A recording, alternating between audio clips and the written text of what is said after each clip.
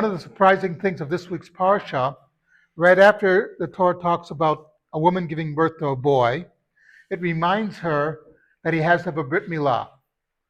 Now, didn't we cover that already in Bereshit in Genesis? Why do we need the reminder here? And the answer, you know, the answer though comes to us in this very interesting idea. What the Torah is talking about in Tazria is not just Tuma, it's talking about the continuation of the Jewish people. And Brit Milah is basically this idea. For those of you who don't know, my wife and I were married in a synagogue in Sfati Abu Hav. And one of the reasons we chose it was you had the Kisei Eliyahu, the Elijah's chair, where the sandak or the godfather sits holding the baby boy for the Brit Milah. Right above it was a memorial for the Jews murdered in Europe.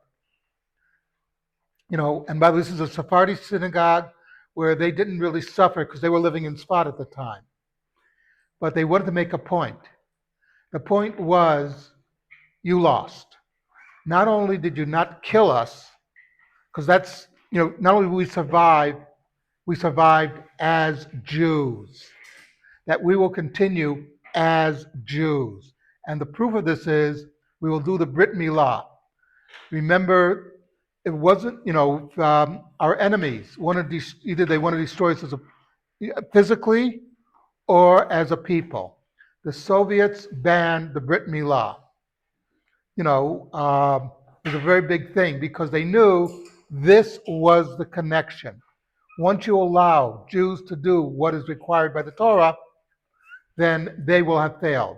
And as we all know, both Nazi Germany and the Soviet Union have entered into the dustbin of history, in spite of what Mr. Putin thinks.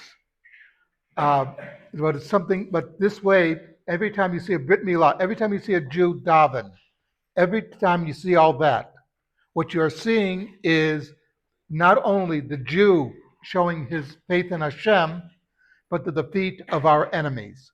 Something to think about, Kaddish Rabbanan.